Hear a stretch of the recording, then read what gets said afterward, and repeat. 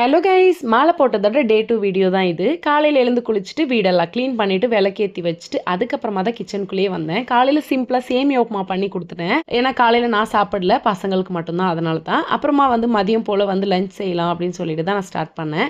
ஒரு 11 o'clock மேலே தான் வீடியோ எடுக்கவே ஆரம்பித்தேன். ஃபஸ்ட்டு அரிசி ஊற வச்சுட்டு அதுக்கப்புறமா ஃப்ரிட்ஜை திறந்து பார்த்தேன். காய் எதுவுமே இல்லை, கேபேஜ் மட்டும் தான் இருந்துச்சு. சரி, அதை வச்சு எதனா பண்ணிடலாம் அப்படின்னு சொல்லி தான் கட் பண்ணிவிட்டு அதுக்கப்புறமா தான் என்ன பண்ணலாம் அப்படின்னே நான் யோசித்தேன்.